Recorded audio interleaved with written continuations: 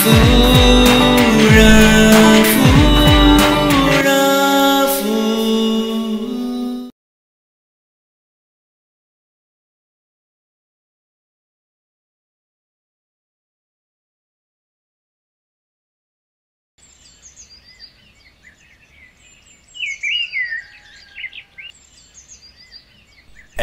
মন দিয়ে কি দেখছো দাদু ভাই? দাদু, তুমি কখন এলে? সেটা তো বড় কথা নয় দাদু ভাই। কাল প্রথম সেমিস্টারের রেজাল্ট বের হলো। অঙ্কের নম্বর অত খারাপ হওয়ায় বাবা কত বকলো। তুমি বসে বসে মোবাইল চালাচ্ছ। ও দাদু, এই দেখো আমি অঙ্ক প্র্যাকটিস করছিলাম, এই মাত্র মোবাইলটা হাতে নিয়েছি। তুমি এখন যাও তো। এই যে পেন্সিলটা দেখছো দাদু ভাই, একে দেখতে খুব ছোট, কিন্তু এর কাছ থেকে আমাদের অনেক কিছু শেখার আছে। পেন্সিলের কাছ থেকে আবার কি শিখবো দাদু ভাই? ছোট্টদের কাছ থেকেও আমাদের অনেক কিছু শেখার থাকে। আমায় পড়তে দাও দাদু, তুমি এখন যাও। আচ্ছা ঠিক আছে, ঠিক আছে, আমি যাচ্ছি। আর এই নাও তোমার পেন্সিল, আর পারলে এর মতো হওয়ার চেষ্টা করো। পেন্সিল থেকে আবার কি শেখার আছে বলতো সানডে? দাদু যখন বলেছে তখন তো আছেই, কিন্তু তুমি কি করে তা বুঝবে বলো তো? তোমার মাথাটা যে এখন ওই মোবাইল খেয়ে বসে আছে।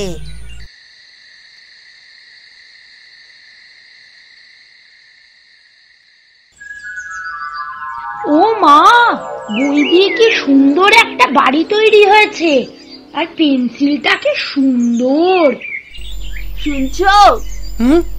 আরে রাফু, তুমি এখানে? ও মা, তুমি আমাকে চেনো নাকি? আমাকে যারা ভালোবাসে আমি তাদেরকেও ভালোবাসি, মনে রাখি। ও, তা তুমি মন খারাপ করে বসেছিলে কেন? আজকাল আমায় কেউ খুব একটা ভালোবাসে না। আমি আর ইরেজার আজকাল তোমাদের কাছে বড় অবহেলা পাই গো। তোমরা এখন ব্যস্ত সবাই মোবাইলে, ল্যাপটপে। তাই মন খারাপ করে বসে আছি। তোমাদের জন্য কত যন্ত্রণা সহ্য করতে হয় আমাকে। যন্ত্রণা? কিসের যন্ত্রণা? বাইরে তোমাদের লেখার জন্য যখন আমাকে ছুরি দিয়ে কাটো, তখন আমার বুঝি লাগে না? তা তো লাগে, কিন্তু তোমাকে না কাটলে আমরা লিখবো কিভাবে? এই কারণেই আমরা সব যন্ত্রণা সহ্য করতে পারি। তোমরা লিখবে, পড়বে, একদিন অনেক বড় হবে, সেটাই তো আমাদের স্বপ্ন। আমাকেও তো 1000 বার করে ঘষে ঘষে গায়ের চামড়া তুলে নাও, আমি কি রাগ করি? আবার যখন খাতার পাতায় আমাদের আঁচড় টানার মধ্যে দিয়ে কিছু সৃষ্টি করে চলি, তেমনি তোমরাও নতুন নতুন সৃষ্টি করতে পারবে। পেন্সিলের আঁচড় যেমন তোলা কঠিন, দাগ থেকে যায়, তেমন তোমাদের চেষ্টার ফলও মুছে যাবে না, মানুষের মনে দাগ রেখে যাবে। কি ঠিক বললাম তো? কথাগুলো খুব একটা ভুল বলনি। বেশ, এবার বলো দেখি, তোমাদের জন্য আমরা কি করতে পারি? আমরা তখনই খুশি হব যখন তোমরা আমাদের নিয়ে আবার সেই আগের মতো করে চলবে, আবার লিখবে, আঁকবে। ভুল করবে যখন আমাকে নিয়ে মুছবে, আবার লিখবে, আবার লিখবো, আবার মুছবো, আবার লিখবো, আবার মুছবো। আরে এই রাফু, কি লিখবি, কি মুছবি? দাদু, ও তুমি? কি সব বলছিলি দাদু ভাই? ইংরাজি, বাংলা, অঙ্ক লিখবো দাদু। সরো সরো, অনেক দেরি হয়ে গেছে। ছেলেটার হলো কি? ছোট বলে কাউকে ছোট ভাবতে নেই না দাদু? হ্যাঁ,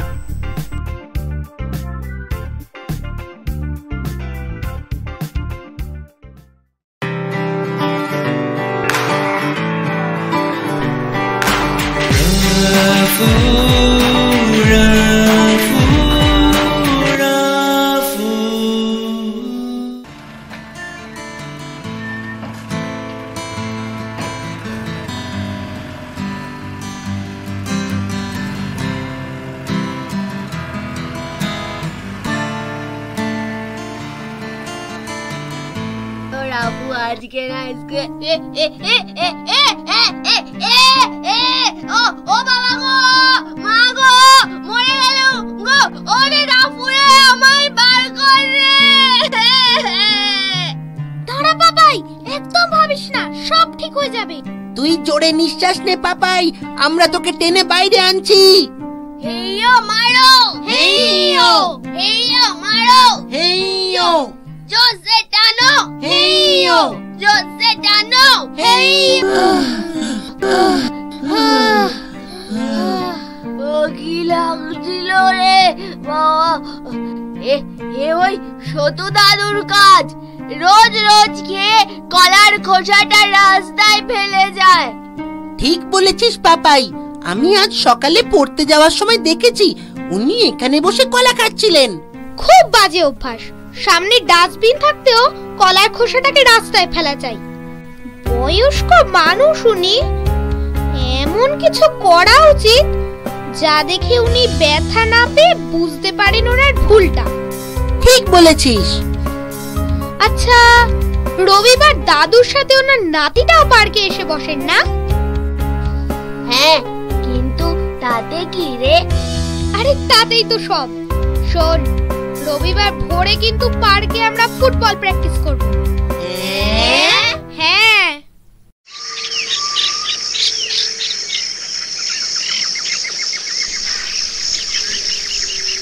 কিরে রাপু, ভোরবেলায় ঘুম থেকে তুলে ফুটবল মাঠে নামিয়ে নিজে কোথায় চললি? কোথায় আর যাব, এই তো কথা বলছি। যা যা বলেছি মনে আছে তো?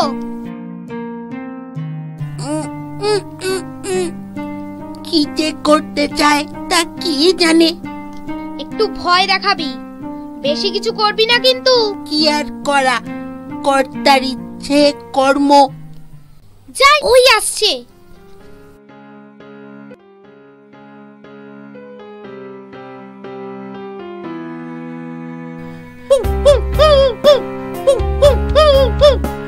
দাদু, কুকুরটা। আরে ভোজু দাঁড়া, ছুটিস না। নে বাবাই, ছুটতে থাক। হ্যাঁ, এই যে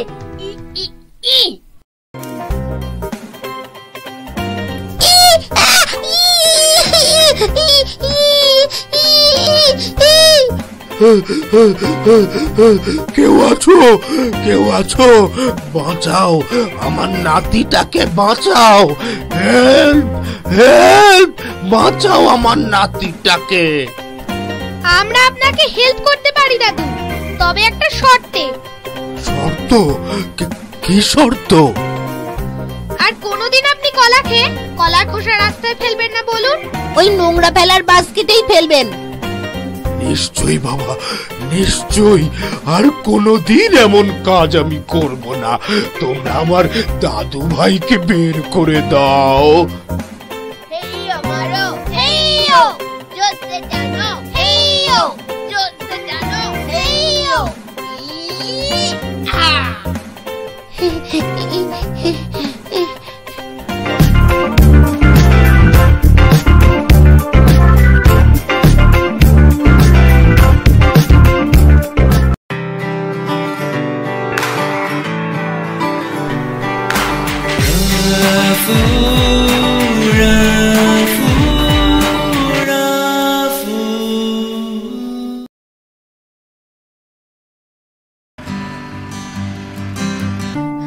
রাপু, বান্টি, বনি, জানিস কি কাণ্ড হয়েছে? কি কাণ্ড? কাল রাতে আমাদের বাড়িতে চোর এসেছিল। কি করে বুঝলি? সকালে মা দেখে খাবার ঘরের জানলা খোলা, আর টেবিলের উপর একটা প্লেটে মাংস, ভাত সবকিছু খেয়ে রেখে ছড়িয়ে ফেলে গেছে কেউ। তারপরেই খোঁজ পড়ে দাদুর বন্দুকের, দেখা যায় সেটাও নেই। এমন কাজ চোর ছাড়া কে করতে পারে বল? ঠিক বলেছি। তবে এই চোরটা খাবার পেলে দেখছি চুরি করতেও ভুলে যায়। পাপাইয়ের মতো একটু লোভী আর কি। বান্টি আর বনি, শোন, চোর কিন্তু আমাদের বাড়ি এখনো আসেনি, তাই একদিন না একদিন নিশ্চয়ই আসবে। ফলে যেটা করব তিনজনে মিলেই করব। আমরা প্রস্তুত। আমরা প্রস্তুত। তুই কিন্তু সজাগ থাকিস।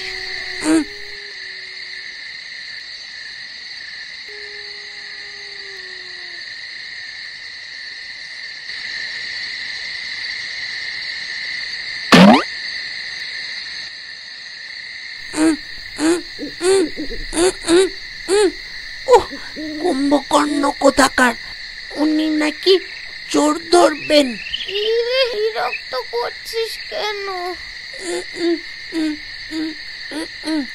চোর ধরা কি এতই সহজ কাজ রাফু বাবু? এসো আমার পিছনে পিছনে। নিশ্চয়ই কিছু দেখেছে, তাই আমাকে দেখতে ডাকছে। আরে, মনে হচ্ছে চোরটা আজ রাতে আমাদের বাড়িতেই হানা দিচ্ছে রে। শুধু দেখে যাবি, একদম আওয়াজ করবি না, বুঝলি? শীতের রাতে সব বেশ আরামে ঘুমোচ্ছে দেখছি। এটা খুব সুন্দর, এটা নিয়ে নি।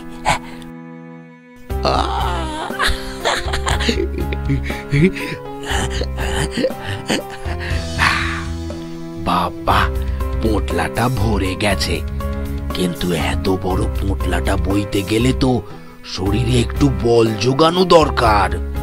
দেখি ফ্রিজটায় বরং একটু মুখি মেরে দেখি। এবার বেশ জমে উঠেছে।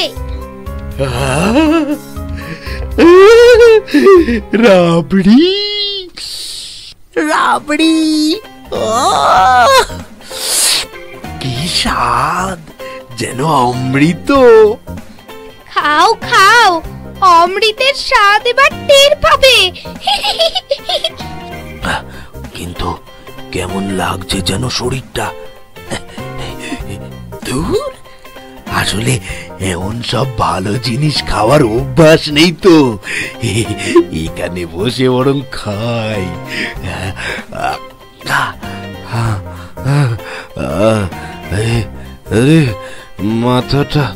আরে মাথাটা তো ঘুরছে কেন রে বাবা? ওরে বাবা রে, বন বন করে ঘুরছে মাথাটা। ওরে বাবা রে,